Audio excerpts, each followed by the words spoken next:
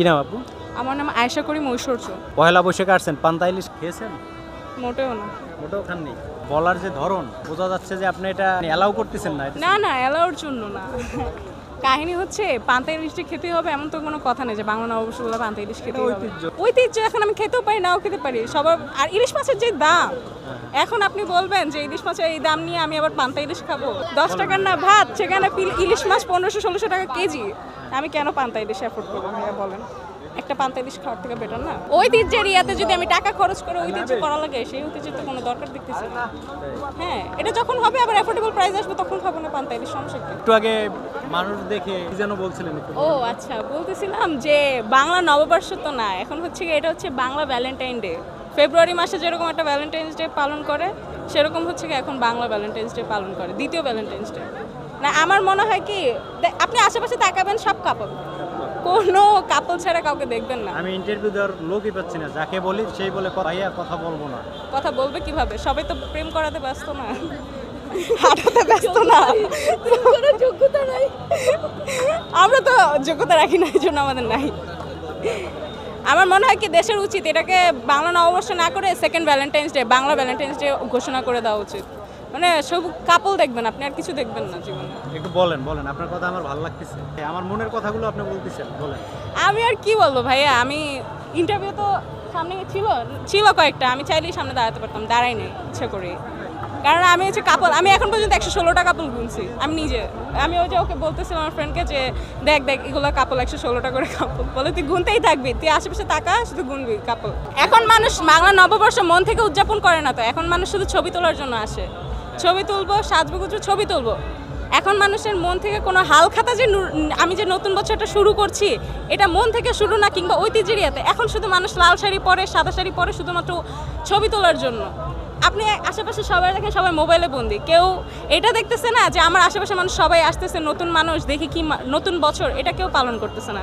সবাই শুধু মোবাইলে ক্যামেরা বন্দি করতে হবে নিজেরা কীভাবে সেটাতে। তো আমার মনে হয় যে বাংলা নববর্ষ এখন শুধু মানে ক্যামেরার জন্য হয়ে গেছে, ছবি তোলার জন্য। এতক্ষণ তো আপনি বললেন, এখন আমার কয়েকটা প্রশ্ন আছে। আপনার মতো মানুষ আমি খুঁজি, প্রশ্ন করার লোক পাই না, আবার অনেকে প্রশ্ন করলে উত্তরও দিতে পারে না। আমার মনে হচ্ছে যে আপনি উত্তরগুলো দিতে পারবেন। এই যে আপনি একটু আগে বললেন যে কাপল বা প্রেম ভালোবাসা নিয়ে ব্যস্ত, মোবাইল নিয়ে ব্যস্ত, আপনার কি মনে হয় এখন যেগুলো হচ্ছে এগুলো প্রেম ভালোবাসা? নেক্সটলি কথা যেটা এখনকার জেনারেশনে আইসা, এটাকে তো অবশ্যই প্রেম ভালোবাসা বলে না। আর আমি হচ্ছে গিয়ে টু মাচ অ্যারেঞ্জ ম্যারেজের পক্ষে, তো এখন আমার কাছে এই প্রশ্নটা করে আপনি কোনো ঠিক উত্তর পাবেন না। আমি এই ব্যাপারটা নিয়ে কথা বলে কোনো লাভ নেই। আমার মনে হচ্ছিল যে আপনি উত্তরটা খুব সুন্দরভাবে দিতে পারবেন। আমি আপনাকে বলি, কারণ হচ্ছে আপনি যে প্রেম ভালোবাসাকে কারোটা ডিফাইন করবে, আপনি জানেন না কে কীরকম কাপল। এটা আপনি প্রত্যেক জেনারেশন ওয়াইজ একটা প্রেম ভালোবাসা চেঞ্জ হয়। সো আমি জানি না এটা কেমন, কারণ আমি কখনো করিনি। সো আমার পক্ষে এই প্রশ্নটার জবাব দেওয়া। আমিও তো করি নাই, কিন্তু আমরা তো দেখতেছি কি হচ্ছে। তা আপনিও দেখেন, আমিও দেখেন, আপনিও সিঙ্গেল, আমিও সিঙ্গেল। সেটাই প্রচার করতে চাচ্ছি যে কি হচ্ছে, প্রেমের নাম দিয়ে এরা কি করতেছে।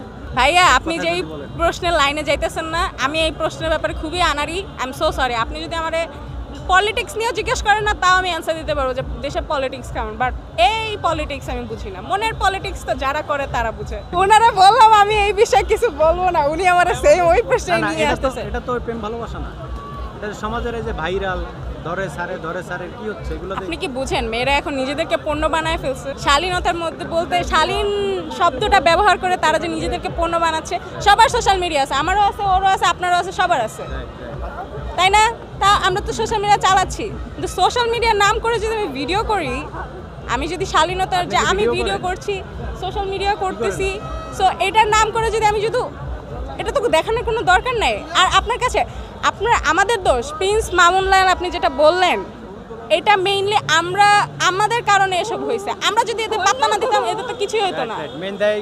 মেন দায়ী জনগণ, পাবলিক দেখছে, না পাবলিক দেখছে, পাবলিকের কাছেও মজা। আমরা প্রচার করছি, তারপর হ্যাঁ এক্স্যাক্টলি, যারা এই কন্টেন্টটাকে পাবলিকেশন করছে ইউটিউবে, আমি জানি যতদূর, যারা ফ্লুয়েন্সিংয়ের কাজ করে, এগুলো ভাইরাল করার জন্য তাদের পিছনে একটা পিআর টিম থাকে। তো এই যারা এই কাজগুলো করে, আমাদের তো উচিত তাদেরকে আগে ধরা। আমরা ওদেরকে দোষ দিতেছি, পাবলিকে তো এগুলো খাইছে, এই জন্যই তো ভাইরাল হয়েছে, নাহলে তো হইতো না। আপনি পাত্তা দিতেন না, আপনি আপনার ফিডের থেকে স্ক্রল করে যেতেন, ডাজন্ট ম্যাটার, কেউ পাত্তাও দিত না। এখন আপনি পাত্তা দিছি, আপনি পাত্তা দিচ্ছে দেখি তো, যদি আমি এগুলো দেখিনি, আমি জানতাম না, ওটা আমি হচ্ছে কি না ফ্রেন্ডদের দেখলেও থেকে শুনছি। আমিও দেখি না, কিন্তু আপনি যা বলছেন খুব correct. So thank you for